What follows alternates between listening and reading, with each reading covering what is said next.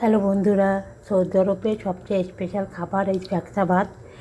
এই চালটা আগে সিদ্ধ করে নিতে হয়, সিদ্ধ করে পানি ফেলাই দিয়ে আবার চালটা ভালো করে ধুয়ে নিতে হয়।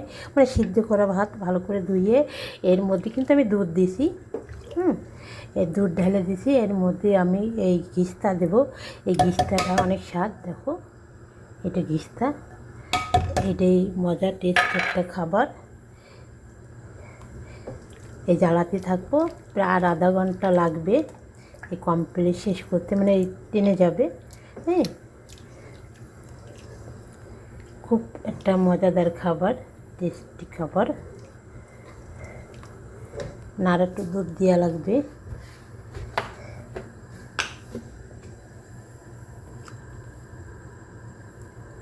দুধ দেওয়া শেষ। চলে আসেন সবাই। মুরগি পোড়া আছে, এই যে মুরগি সিদ্ধ হচ্ছে, দেখে এই দেখো মুরগি সিদ্ধ, এটা পুরানি হবে। আর এ পাশে ভাত। আল্লাহ হাফেজ।